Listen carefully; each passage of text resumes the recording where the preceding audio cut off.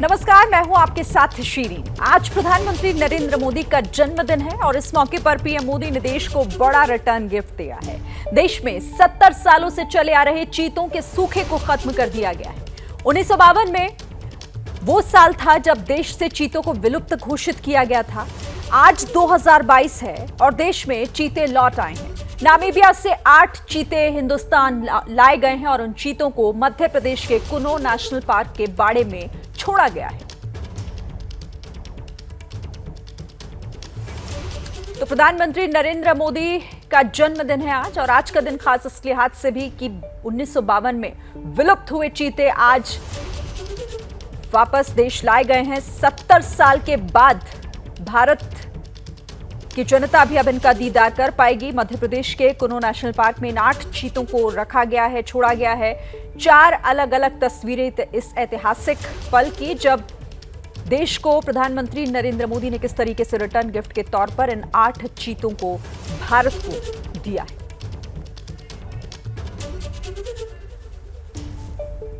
ये दुर्भाग्य रहा कि हमने 1952 में चीतों को देश से विलुप्त तो घोषित कर दिया, लेकिन उनके पुनर्वास के लिए दशकों तक कोई सार्थक प्रयास नहीं हुआ।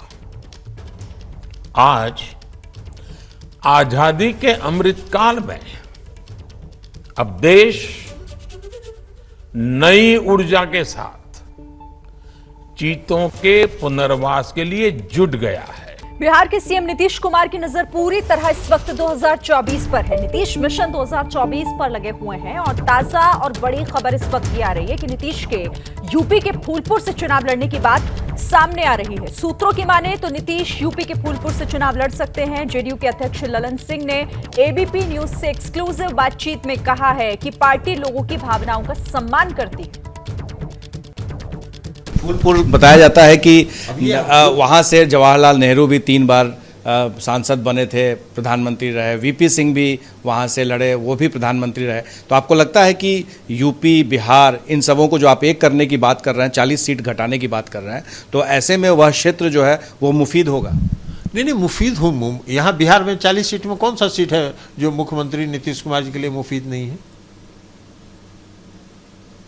तो इसलिए ये बात नहीं है। हाँ, उत्तर प्रदेश के लोगों की भावना होगी कि मुख्यमंत्री नीतीश कुमार जी यहाँ से लड़ें, तो ये भावना लोग व्यक्त कर रहे हैं और हम लोगों को इस बात का गर्व हो रहा है कि हमारे नेता के लिए उत्तर प्रदेश के लोग भी भावुक हैं और वो चाहते हैं कि उत्तर प्रदेश से चुनाव लड़ें।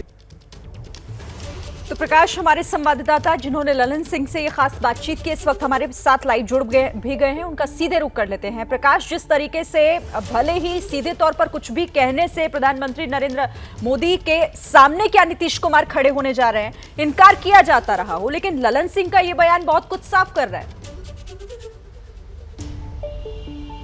देखिए शिरीन, एक नारा अभी कुछ दिन पहले ही बिहार से यूपी तक चर्चित हुआ था, और वो है कि यूपी और बिहार गई मोदी सरकार, जिसमें अखिलेश यादव और नीतीश कुमार दिख रहे हैं। कुछ महीने पहले ही एनडीए सरकार से अलग होने से पहले कुछ नेता जो जेडीयू के थे, उपेंद्र कुशवाहा, ललन सिंह, ये लोग यूपी के दौरे पर थे, और उसमें से जो 3 नाम सामने आए थे उसमें एक फूलपुर के साथ अंबेडकर नगर और मिर्ज़ापुर का भी नाम आया था, जहां पर ये तलाशा जा रहा है कि अगर यूपी से चुनाव लड़ने की ज़रूरत पड़ी नीतीश कुमार की, तो वो कौन सी सीट होगी जो कि काफ़ी ज़्यादा चर्चा में भी आ सकता है और नीतीश कुमार का चेहरा का इस्तेमाल यूपी में भी किया जा सकता है। तो उसमें फूलपुर सबसे ज़्यादा महत्वपूर्ण रहा, क्योंकि इसके ऐतिहासिक बैकग्राउंड की वजह से।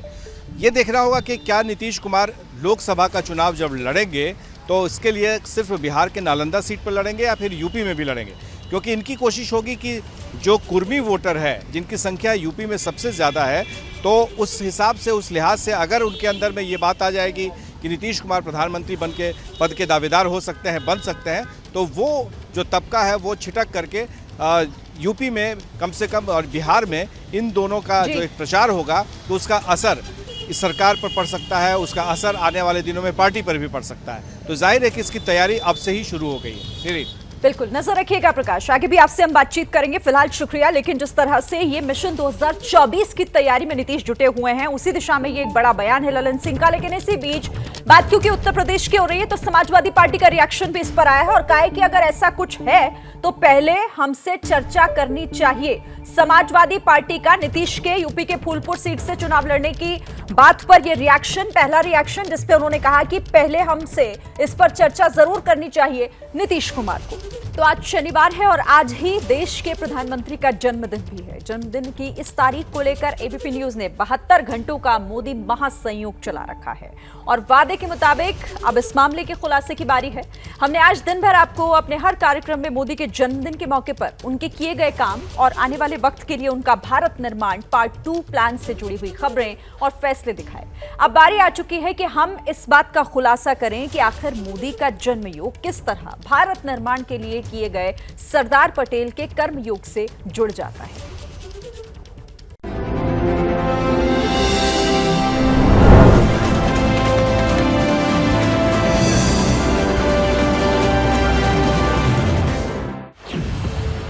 (1947) में भारत की आजादी के वक्त हुआ था एक भारत निर्माण। जो आजादी का फायदा कौम को मिलना चाहिए था, कुछ मिला जरूर, इसमें कुछ शक नहीं, लेकिन पूरी तौर से नहीं मिला और काफी परेशानियां आप लोगों के और हिंदुस्तान के रहने वालों की रही।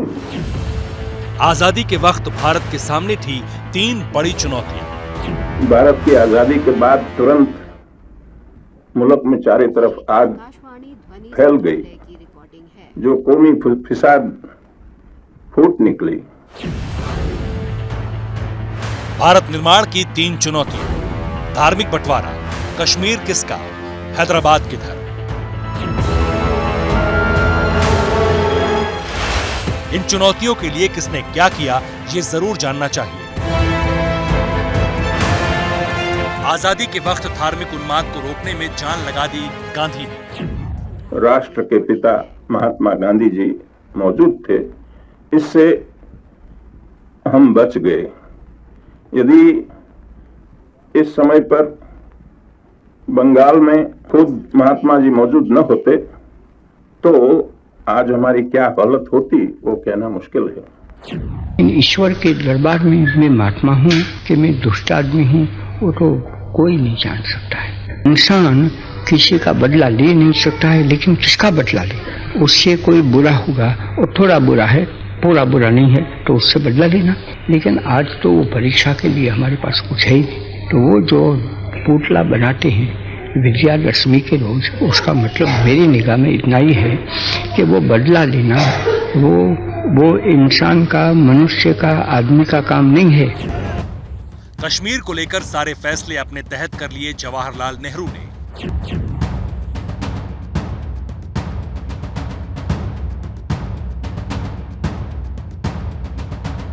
लेकिन हैदराबाद की समस्या को अपने हक में करने का जिम्मा उठाया सरदार पटेल ने। अभी तो हिंदुस्तान के भीतर में एक तो कश्मीर में लड़ाई चलती है और दूसरा हिंदुस्तान की होजरी में हैदराबाद का एक बहुत बड़ा अवसर पड़ा है और वहां से कौमी जहर दिन प्रतिदिन उबल रहा है, फैल रहा है। मेरे पीछे ताज फलकनुमा पहले से मौजूदा समय में ये एक स्टार होटल है, लेकिन किसी समय यह हैदराबाद के निज़ाम का रिहाइशगाह होता था। हैदराबाद की उसी निज़ाम का रिहाइशगाह जिसने भारत में शामिल होने से इनकार कर दिया था और पाकिस्तान के प्रशय में हैदराबाद को एक स्वतंत्र राष्ट्र की तरह स्थापित करने का फैसला लिया था। लेकिन तत्कालीन गृह मंत्री सरदार वल्लभ पटेल के कदमों से भारत के साथ हैदराबाद का एकीकरण हुआ। न सिर्फ भारत का बल्कि 536 रियासतों में बटे हिंदुस्तान का एकीकरण हुआ और शायद इसी वजह से सरदार पटेल को भारत का बिस्मार्क भी कहा जाता है।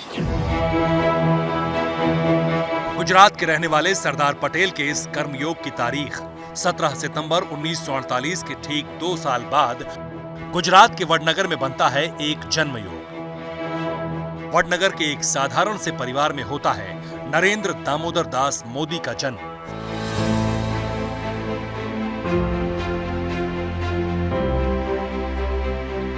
17 सितंबर 1950। इसे हम और आप एक संयोग कह सकते हैं। और वाकई वैज्ञानिक तौर पर माना जाए तो इसमें संयोग के अलावा कोई तर्क नहीं दिखता।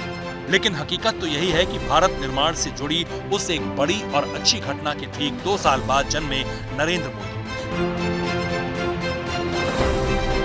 जब बड़े हुए, स्कूल कॉलेज गए, समाज सेवा की, संघ से जुड़े, फिर ऐसी दक्षिणपंथी विचारधारा से जुड़े तो वो सब सरदार पटेल की पार्टी और राजनीतिक विचारधारा से अलग रहे।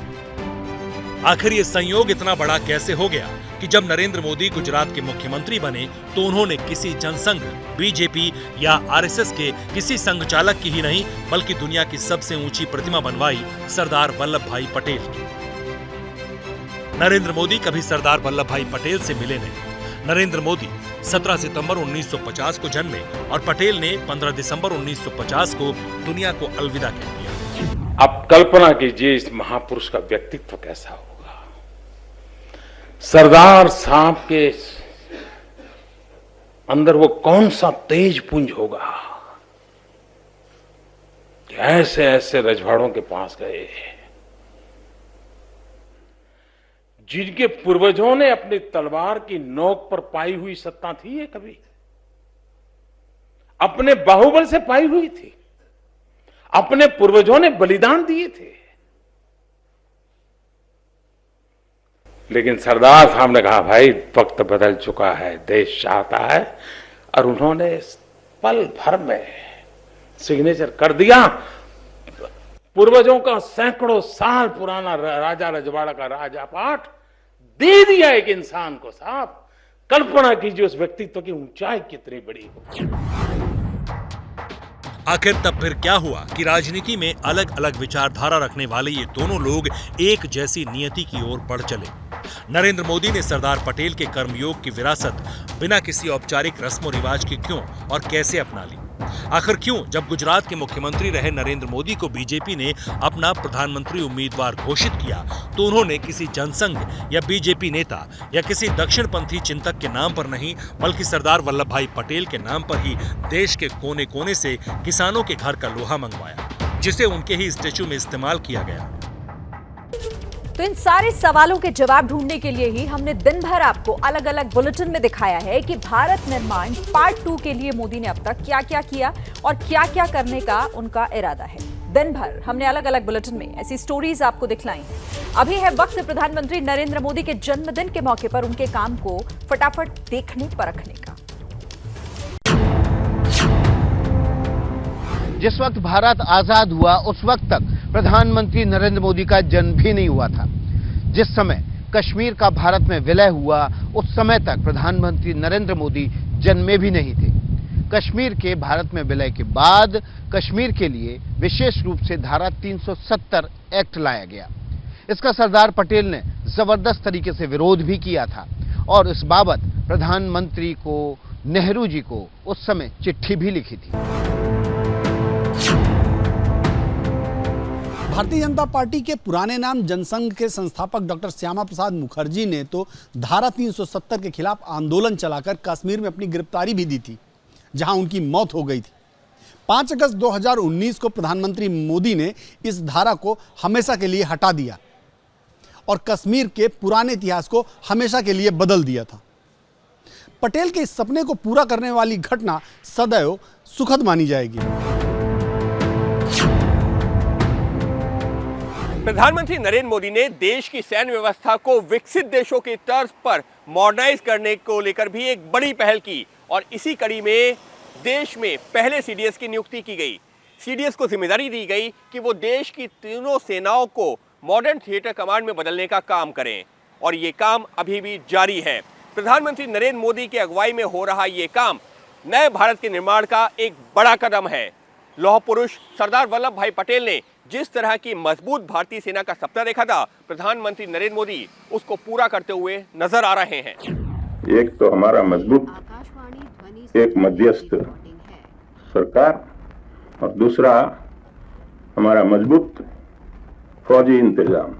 वो दो चीज न हो तो हम कुछ काम कर नहीं सकते हैं। मुसलमानों में मौजूद ट्रिपल तलाक जैसी कुरीति को खत्म करना नए भारत के निर्माण में कॉमन सिविल कोड की तरफ बढ़ते बेहद बड़े कदम की आहट के तौर पर माना जा सकता है। प्रधानमंत्री मोदी ये जानते थे कि उनके इस फैसले से काफ़ी विवाद और प्रदर्शन होंगे, लेकिन राष्ट्रहित में उन्हें फैसला लेने से कोई रोक नहीं सका। पाकिस्तान की ओर से जारी आतंकवादी हरकतों के खिलाफ प्रधानमंत्री नरेंद्र मोदी ने 2 बार सेना को सीमा पर जाकर आतंकवादी ठिकानों को ध्वस्त करने के निर्देश दिए। तब कहीं जाकर पाकिस्तान सीज फायर की इज्जत करना सीख गया। हालांकि अभी भी आतंकवादी घुसपैठ की कोशिशें जारी हैं, लेकिन कुछ कम जरूर हुई हैं। जब भूटान जैसे छोटे पड़ोसी राज्य को डोकलाम में चीन के साए से बचाने की बारी आई तो मोदी चीन के सामने खड़े हो गए। मामला पलट गया और चीन को पीछे हटना पड़ा। इसके बाद चीन ने पूर्वी लद्दाख में आंख दिखाने की कोशिश की और फिर गलवान में खूनी झड़प हुई। तब भारतीय सेना ने अपने 60,000 सैनिक चीन के सामने उतार दिए। देश की लोकल इकोनॉमी को दुरुस्त करने के लिए नए टैक्स स्ट्रक्चर का फैसला राजनीतिक वजहों से कई सालों तक अटका रहा। प्रधानमंत्री मोदी ने देश में जीएसटी प्रणाली लागू कर नए भारत के निर्माण में इसे आर्थिक स्थिति को मजबूत करने के लिए इसे एक हथियार बना लिया, जिसके जरिए 5 ट्रिलियन इकोनॉमी के सपने को योगदान को तय किया जा सके। जिस तरह आजादी के बाद सरदार पटेल ने सोमनाथ मंदिर को दोबारा बनवा दिया बिना किसी सांप्रदायिक सवाल जवाब या विवाद के, उसी तरह प्रधानमंत्री मोदी ने वाराणसी के अपने निर्वाचन क्षेत्र में काशी विश्वनाथ कॉरिडोर बनवाकर इतिहास रच दिया। बिना किसी सांप्रदायिक विरोध के बहुसंख्यकों का सपना पूरा किया गया। भविष्य में इसे उदाहरण की तरह देखा जाएगा। किसी भी देश की तरक्की का आधार होता है वहाँ मौजूद सफाई और स्वच्छता। महात्मा गांधी स्वच्छता के सबसे बड़े अग्रदूत थे। प्रधानमंत्री मोदी ने उनके जन्मदिन पर भारत में स्वच्छता मिशन चलाकर हजारों गांवों और इलाकों को खुले में शौच से मुक्त कराया। सफाई को लेकर पूरे देश में जागरूकता पैदा की गई। नए भारत के निर्माण के लिए ये मिशन बेहद अहम बन गया।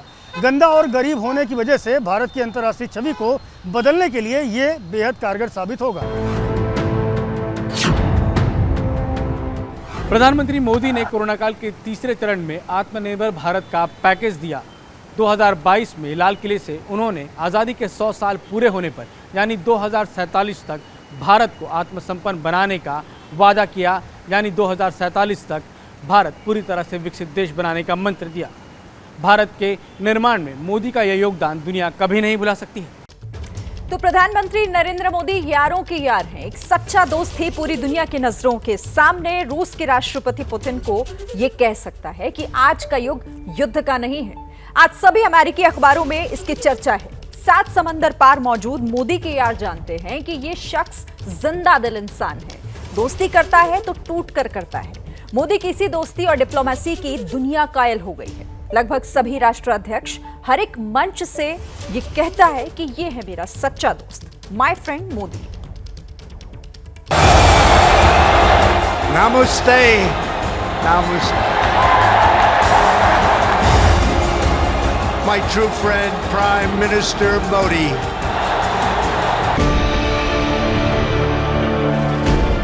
पिछले 8 सालों से प्रधानमंत्री नरेंद्र मोदी की दोस्ती और डिप्लोमेसी का डंका दुनिया देख और सुन रही है। My true friend.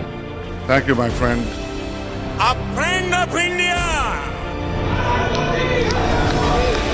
बात जब दोस्ती की हो तो यारों के यार बन जाते हैं प्रधानमंत्री नरेंद्र मोदी।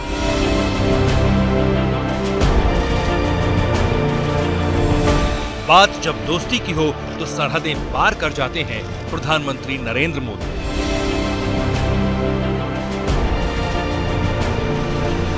बात जब दोस्ती की हो तो 7 समंदर पार निकल जाते हैं पीएम मोदी।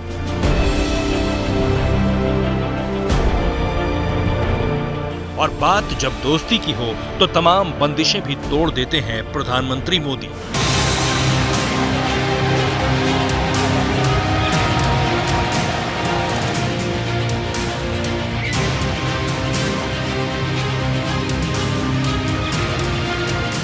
सारे जमाने में ये चर्चा है कि पीएम मोदी दोस्ती निभाने के लिए जाने जाते हैं। जहां जाते हैं, जिससे मिलते हैं, दिल से मिलते हैं और दोस्ती की बुनियाद तैयार कर देते हैं। बीते 8 सालों में मोदी के दोस्तों की लिस्ट लंबी जरूर हुई है, लेकिन उसके साथ ही हर दोस्त से उनके रिश्ते और भी मजबूत हुए हैं।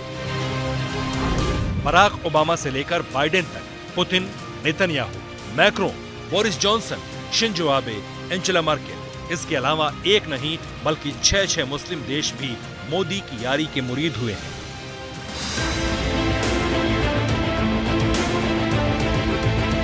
मोदी के दोस्ताना रिश्तों की शुरुआत रूस के राष्ट्रपति व्लादिमीर पुतिन से ही करते हैं, क्योंकि पुतिन और मोदी की मुलाकात का लाइव टेलीकास्ट अमेरिका में व्हाइट हाउस तक हुआ है। समरकंद में पीएम मोदी और जिगरी दोस्त पुतिन के बीच दिल खोलकर बातें हुई।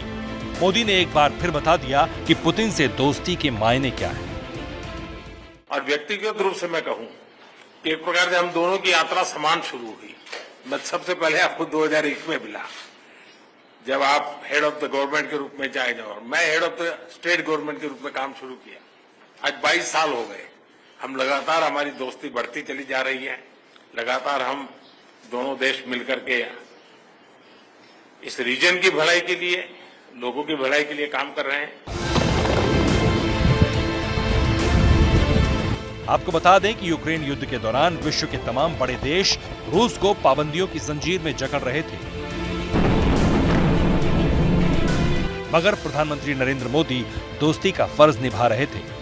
वो रूस से लगातार सस्ते दाम पर तेल खरीद रहे थे और आर्थिक दुश्वारियों में दोस्त की मदद डॉलर के जरिए कर रहे थे। पाबंदी की नसीहतों और तमाम आलोचनाओं को दरकिनार करते हुए भारत ने बीते कुछ महीनों के दौरान रूस से अपने तेल आयात का ग्राफ बढ़ाया है। भारत के तेल आयात में फरवरी 2022 से पहले जहां रूस की हिस्सेदारी केवल 2% की थी, तो वहीं जुलाई अगस्त में यह आंकड़ा बढ़कर 19% तक पहुंच चुका है। इसके अलावा AK-203 असॉल्ट राइफल के निर्माण में भी भारत की मदद कर रहा है रूस, और 2031 तक करीब 6 लाख AK-203 राइफल भारत को मिल जाएंगे। इसके अलावा S-400 मिसाइल डिफेंस सिस्टम की डील पहले ही हो चुकी है और ये मिसाइलें भारत को मिलना शुरू हो गई हैं। प्रधानमंत्री मोदी की शख्सियत का अंदाजा आप इससे लगा सकते हैं कि रूस से नजदीकी के बावजूद कभी अमेरिका भारत को दरकिनार करने की हिम्मत नहीं जुटा पाया। चाहे ओबामा हो या फिर ट्रंप या बाइडेन, सबको पता है कि मोदी क्या है, कौन है, कैसे हैं और पूरी दुनिया में कितनी धाक रखते हैं। मोदी का यही प्रभाव है कि फरवरी 2020 में अहमदाबाद में नमस्ते ट्रंप के तहत भव्य स्वागत देखकर तत्कालीन राष्ट्रपति डोनाल्ड ट्रंप ने मोदी की तारीफ और यारी में कसीदे पढ़े थे।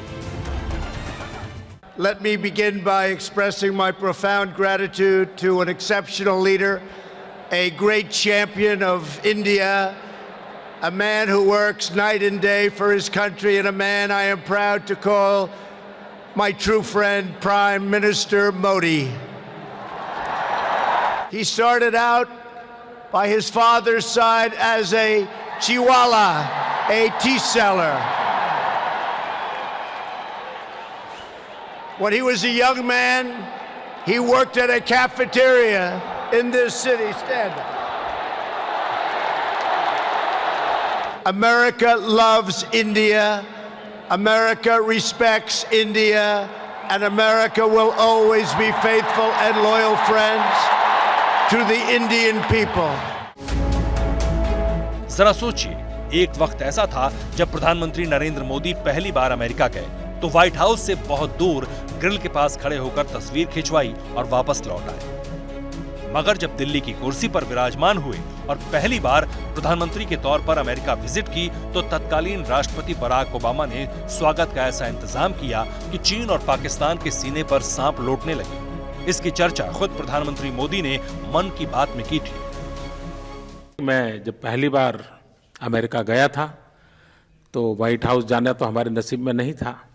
तो व्हाइट हाउस से दूर एक लोहे की बहुत बड़ी जाली लगी हुई है, तो अब जाली के बाहर खड़े रह करके फोटो निकाली थी, पीछे व्हाइट हाउस दिखता है।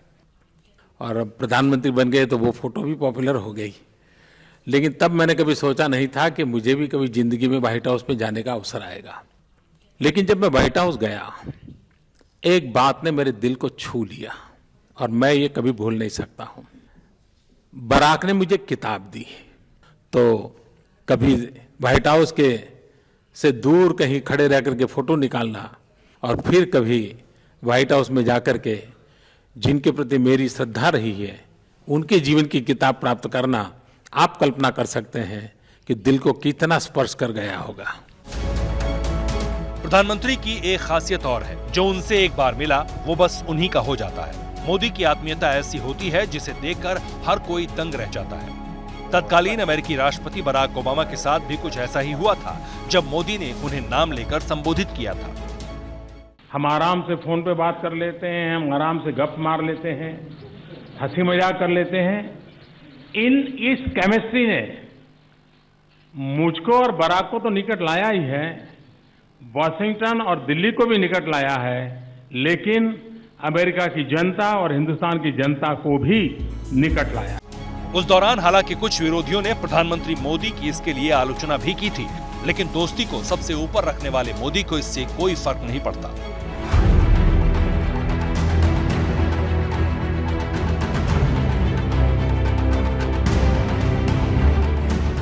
मोदी की विदेश नीति और दोस्ती दोनों ने अमेरिका के साथ भारत के रिश्तों को नई ऊंचाइयों पर पहुंचाया है। अभी प्रधानमंत्री बने 8 महीने भी नहीं हुए थे और मोदी ने बराक ओबामा को 26 जनवरी के मौके पर स्पेशल गेस्ट के तौर पर इनवाइट किया। ओबामा भी मोदी की यारी के ऐसे मुरीद हुए कि सारे प्रोटोकॉल को दरकिनार कर 26 जनवरी की परेड में मोदी के साथ खास मेहमान बनकर घंटों बैठे रहे।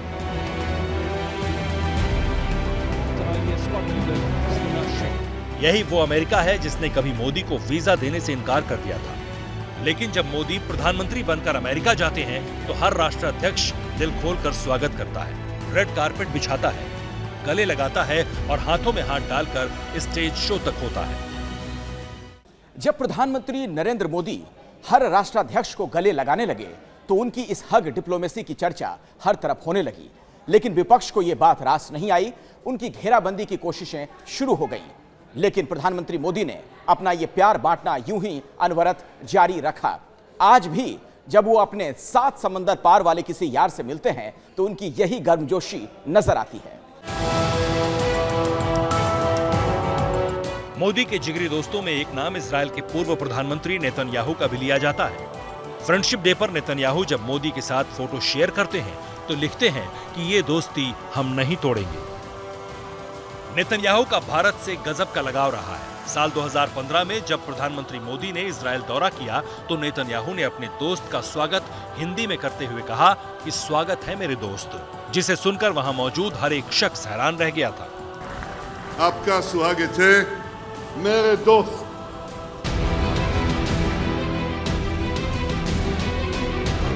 मोदी को दुनिया की महान शख्सियतें यूं ही अपने दोस्तों में शुमार नहीं करती, उसकी वजहें हैं। याद कीजिए कोरोना की पहली और दूसरी लहर, जब चीन से निकला वायरस पूरी दुनिया में लोगों की जान ले रहा था, तब प्रधानमंत्री मोदी ने अपने दोस्तों की जरूरत का ख्याल रखा। मानवता के नाते हर मुल्क की दिल खोलकर मदद की। विदेशी दोस्तों ने भी भारत को सहारा दिया था। किसी ने वेंटिलेटर, किसी ने ऑक्सीजन, तो कोई कोरोना किट भेज रहा था। जब भारत की बारी आई तो प्रधानमंत्री मोदी ने न सिर्फ दोस्ती बल्कि इंसानियत की एक नई मिसाल पेश की। 2 साल में दुनिया भर के करीब 50 देशों को 23 करोड़ से ज्यादा स्वदेशी कोरोना वैक्सीन भेजी। अपने ही देश में तमाम आलोचनाओं को झेलते हुए मोदी ने 1.5 करोड़ वैक्सीन डोज दान में दे दी। वैक्सीन की ये डोज अफ्रीका के 33 देशों, एशिया के 9 देशों और दक्षिण अमेरिका के 2 देशों बोलीविया और निकारागुआ, ओसियाना के पापुआ न्यू गिनी और सोलोमन आइलैंड के साथ पश्चिम एशिया के सीरिया और यमन तक पहुंचाई गई। मोदी की फ्रेंडशिप केमिस्ट्री ऐसी है कि भारत में हिस्ट्री बननी ही थी। मोदी का मैजिक ऐसा है कि अमेरिका, ब्रिटेन, फ्रांस, इजराइल के अलावा मुस्लिम देशों में भी उनका जबरदस्त क्रेज है। कई मुस्लिम मुल्क मोदी के फैन हैं। मोदी को एक बार नहीं बल्कि 6 बार सर्वोच्च सम्मान इसी दोस्ती और डिप्लोमेसी का नतीजा है। साल 2016 में पीएम मोदी को सऊदी अरब का सर्वोच्च सम्मान अब्दुल अजीज अल सऊद मिला था। इसी साल उन्हें अफगानिस्तान के सर्वोच्च नागरिक सम्मान स्टेट ऑर्डर ऑफ गाजी अमीर अमानुल्लाह खान से भी सम्मानित किया गया। भूटान के राजा ने भी भारत के प्रधानमंत्री नरेंद्र मोदी को देश के सर्वोच्च नागरिक सम्मान ऑर्डर ऑफ द ड्रग गाइल्पो से नवाजा।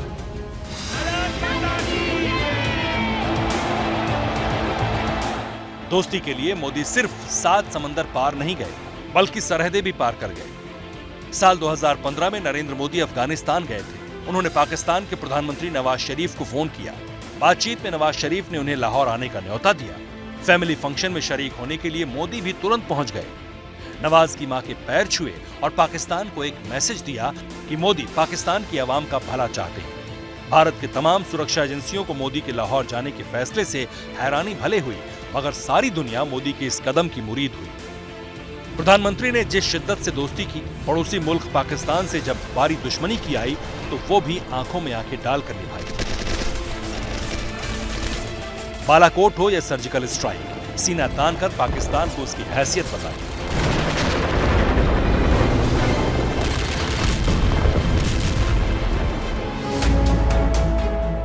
मोदी के दोस्तों में एक नाम और बड़ी शिद्दत के साथ लिया जाता है, वो है शिंजो आबे। जापान के प्रधानमंत्री शिंजो आबे से मोदी की दोस्ती की शुरुआत एक ट्वीट से हुई थी, जब नरेंद्र मोदी 2014 में लोकसभा चुनाव जीते थे। सितंबर 2014 में प्रधानमंत्री के जापान दौरे के बाद तो शिंजो आबे मोदी के मुरीद हो गए। उनके भारत आगमन पर मोदी ने उन्हें बनारस घुमाया,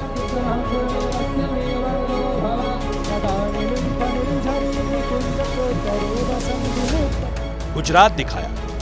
शिंजो आबे ने भी बिना देर किए 5 साल के लिए 2 लाख करोड़ रुपए भारत में निवेश करने का ऐलान कर दिया।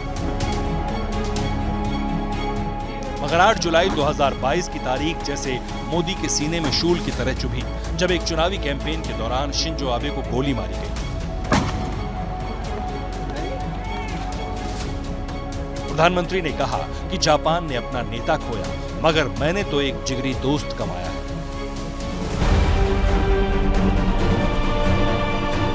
Australia, France, Canada, Sri Lanka, Nepal, Bangladesh, Bhutan जैसे तमाम मुल्कों की लिस्ट है जिनके राष्ट्राध्यक्ष नरेंद्र मोदी की दोस्ती के कायल हैं। डिप्लोमेसी और याराना ये कैसे निभाया जाता है, मोदी अच्छी तरह जानते हैं। आज भारत की ताकत और कद दोनों दुनिया में बढ़ा है, तो इसके पीछे मोदी की कूटनीति और दोस्ती है, दोनों का ही योगदान है। आज हिंदुस्तान की पहचान अगर ग्लोबल डिप्लोमेसी में एक ओहदा रखती है, तो इसके लिए मोदी की ईमानदार दोस्ती भी बहुत बड़ी वजह है।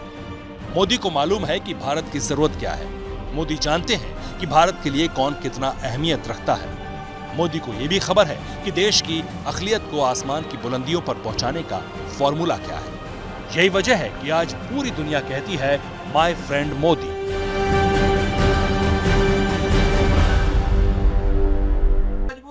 क्या मजबूरी है मेरी, बताइए। मैं अभी आपको बताती हूँ कि मैंने ओए होए होए होए नमकीन के चटकारे लेते हुए टकटकी मार के डिबेट शो को पॉज रिपीट कर करके देख रहे हैं जोगिंदर जी। इनकी तरह आप भी देखें अपनी फेवरेट डिबेट्स को रिपीट कर और डाउनलोड कीजिए एबीपी लाइव ऐप अपने स्मार्ट टीवी पर।